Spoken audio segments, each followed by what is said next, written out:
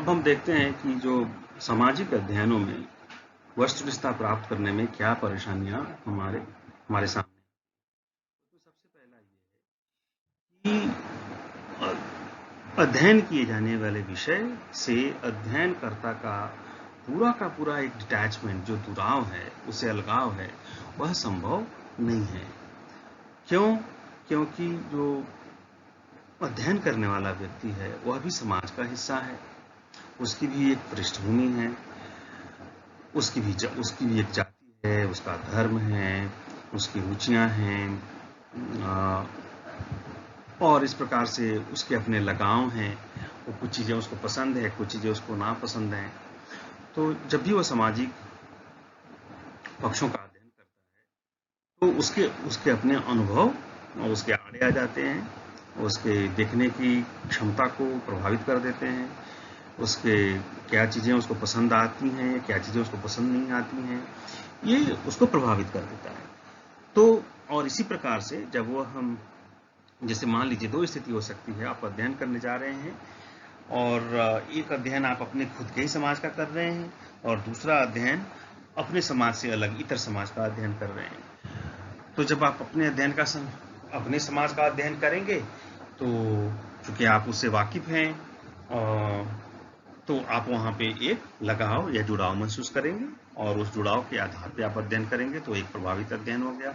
उसी प्रकार से जब अपने समाज से अलग समाज का अध्ययन करेंगे तो वहाँ पे आपको जो है वहाँ पे जुड़ाव नहीं होगा और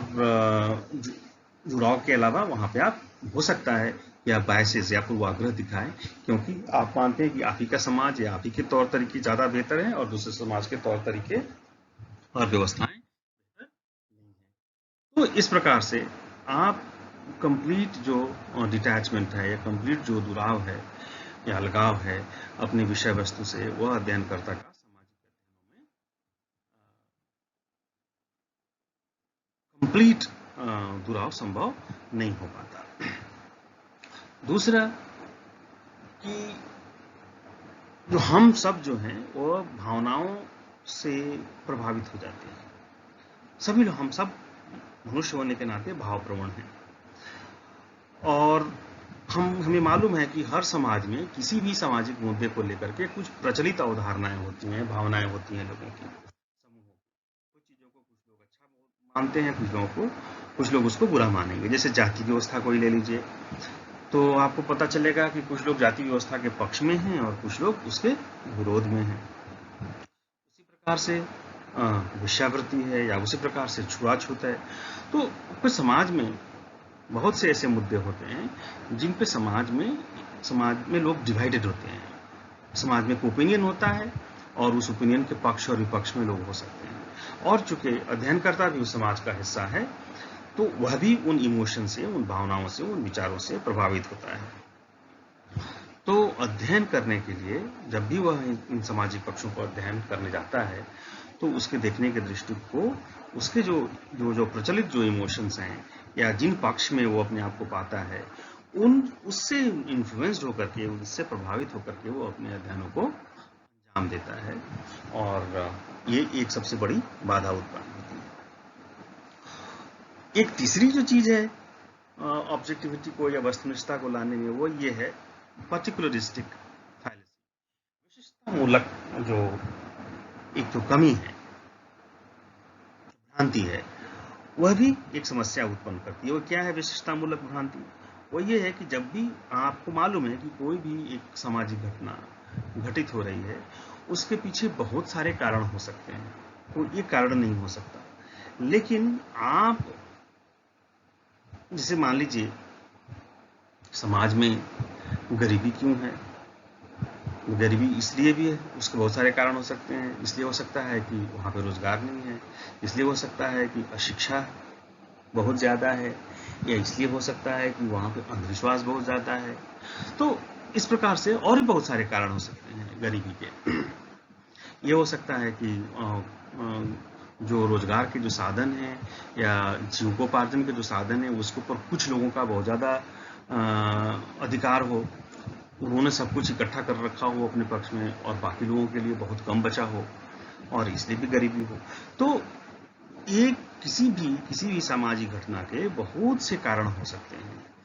लेकिन जब आप अध्ययन करने जाते हैं तो आप क्या करते हैं कि किसी एक ही पक्ष को, किसी एक ही कारण को आप सबसे प्रमुख कारण मान लेते हैं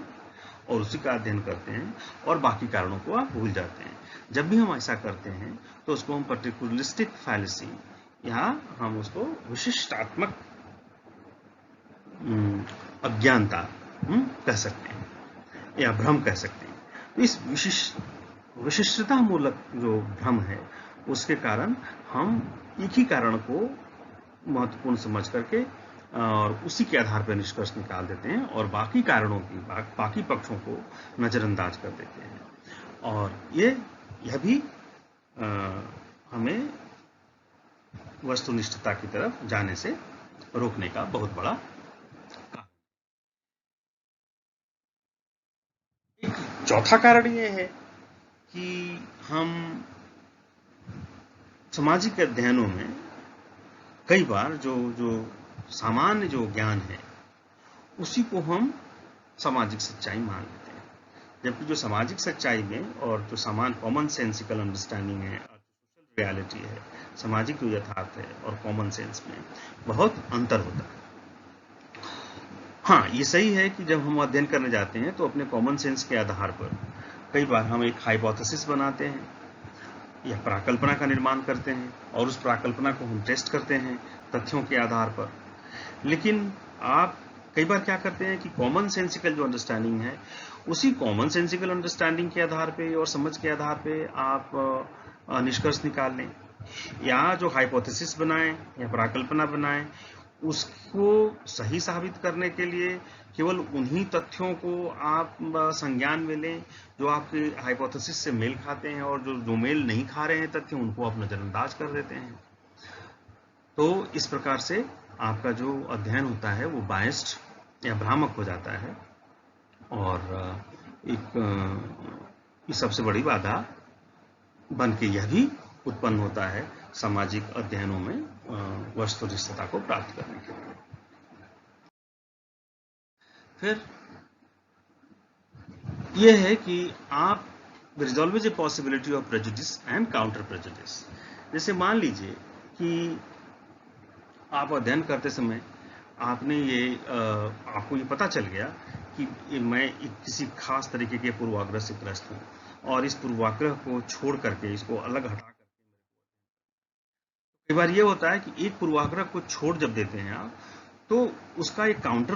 जो विरुद्ध मत भी होता है।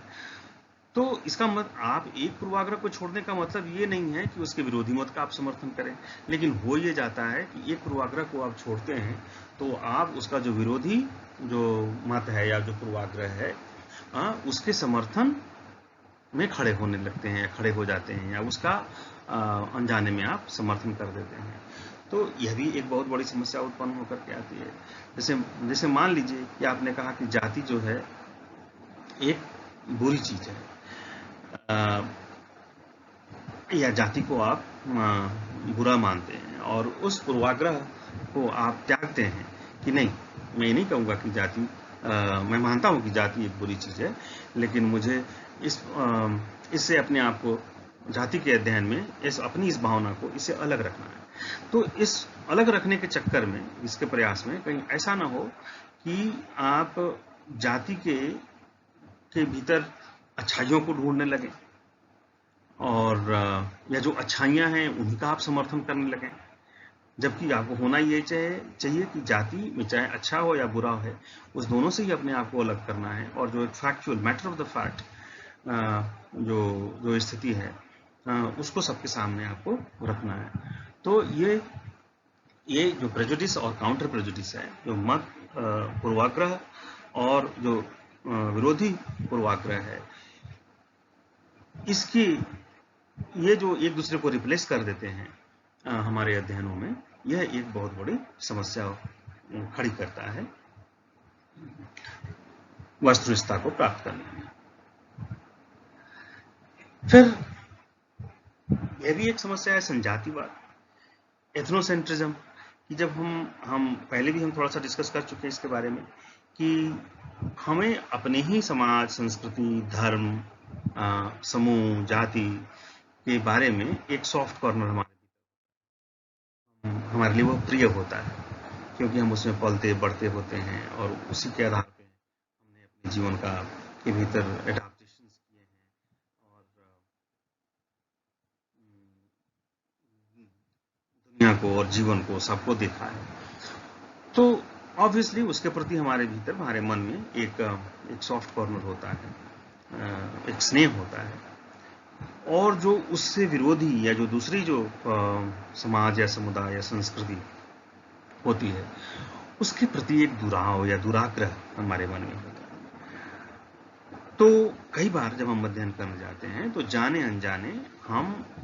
अपने ही समाज, संस्कृति, मूल्य, है ना, उनको ध्यान में रख करके या उनको तरजीह देते हुए, उनको श्रेष्ठ मानते हुए दूसरे समाजों को हम लुक डाउन अपॉन करते हैं, उनकी समाज, संरचना, संस्कृति, मूल्य, बोध इत्यादि को। और जब हम ऐसा करते हैं तो ऑब्वियसली सबसे ज्यादा जिस चीज की क्षति होती है वो क्या है? वह अध्ययन की वस्तुनिष्ठता। फिर ऐसा भी हो सकता है कि अध्ययनकर्ता जो है वह किसी मोटिव, किसी विशेष हित को ध्यान में रख करके अध्ययन करे, किसी लाभ को ध्यान में रख करके अध्ययन करे, और उस जैसे ही वो किसी लाभ के प्रभाव में आएगा तो ऑब्वियसली वह दूसरी चीजों को, जो वैसी चीजें जो उसके लाभ को प्रभावित कर सकती हैं या गलत तरीके से प्रभावित कर सकती हैं या उसकी, तो फिर वह अध्ययन जो है अपूर्ण हो जाएगा और पूरे पक्षों के ऊपर वह ध्यान नहीं देगा, कि वह लाभ की चीजों के ऊपर ही वह ध्यान देगा, और इस प्रकार से जो अध्ययन है वो पक्षपातपूर्ण हो जाएंगे। फिर कई बार यह भी हो सकता है कि जो बाहरी जो एजेंसीज हैं, जो बाहरी ताकतें हैं, वह भी आपके अध्ययन को प्रभावित कर सकती हैं। जैसे मान लीजिए आपके अध्ययन, आपका जो अध्ययन है वह उसके परिणाम ऐसे हो सकते हैं जो सत्ता पक्ष को प्रभावित कर सकता है, या उस क्षेत्र में काम करने वाले जो उद्योगपति हैं या जो धनाढ्य वर्ग है उनको प्रभावित कर सकता है। तो वह जानबूझ करके आपके ऊपर दबाव बना करके किसी तरीके का आपको अपने अध्ययन के निष्कर्षों को बदलने के लिए या प्रभावित करें आपको, या वो चाहें कि अध्ययन के निष्कर्ष इसी तरीके के निकलने चाहिए। अगर इस प्रकार की भी स्थिति उत्पन्न हो तो ऑब्वियसली जो वस्तुनिष्ठता है अध्ययन की वो प्रभावित हो जाती है। कई बार हम बहुत जल्दीबाजी में अध्ययन करते हैं, और वो इसलिए करते हैं क्योंकि हमें कोई सद्य तुरंत निर्णय लेना होता है। और जब भी हम जल्दीबाजी में कई बार अध्ययन करते हैं तो एक टाइम कंस्ट्रेंट के भीतर, तो ये समस्या ये उत्पन्न होती है कि हम किसी भी सामाजिक घटना के सभी पक्षों का पूरा अध्ययन नहीं कर पाते, और कुछ हो सकता है कि बहुत महत्वपूर्ण पक्ष जो है हमारे नजरों से रह जाए अध्ययन में आने से। तो इस प्रकार से जो सत्य, जो सच्चाई हम समझने लाएंगे वो पूरा का पूरा नहीं होगा। और इसके अलावा ये भी दिक्कत है कि बायसेस एंड प्रेजुडिसेस जो हमारे भीतर होती हैं वह भी जो है हमारे अध्ययन को प्रभावित कर देती है। जैसे मान लीजिए मैं जॉइंट फैमिली में पला बढ़ा और जॉइंट फैमिली से मुझे बहुत सा लाभ हुआ, और उस लाभों को मैं समझता हूँ भली भांति, और उसके कारण से मैं संयुक्त परिवार के अध्ययन में मैं अगर ये करूं और ये कहूं कि जॉइंट फैमिली जो है या संयुक्त परिवार जो है वो बहुत अच्छी चीज़ है, तो ऐसा करते हुए जो मेरी अपनी बायसेज है, मेरा जो अपना जो पूर्वाग्रह है संयुक्त परिवार के बारे में, उसको ध्यान में रख करके अपने अध्ययन किया, और इस बात को नज़रअंदाज कर दिया कि कैसे संयुक्त परिवार जो है वह परिवार के भीतर ही जो कुछ अन्य जो लोग होते हैं उनके विशेष करके महिलाओं या और भी दूसरे लोग हो सकते हैं, उनके विकास को, व्यक्तित्व के विकास में बाधा उत्पन्न करता है। कुछ लोग ऑब्वियसली संयुक्त परिवार में कुछ लोग ऐसे होते हैं जो वेल ऑफ होते हैं और कुछ लोग जो है डिप्राइव्ड होते हैं। तो जो डिप्राइव्ड लोग होते हैं उनके सभी पक्षों का, सामाजिक, शैक्षणिक, आर्थिक सभी पक्षों का जो विकास है वो अवरुद्ध हो जाता है। तो जब हमारी अपनी जो बायसेस हैं, वो बायसेस जो हैं वो दूसरे पक्ष जो हैं उस पक्ष की सच्चाई को देखने से हमें रोक देती है।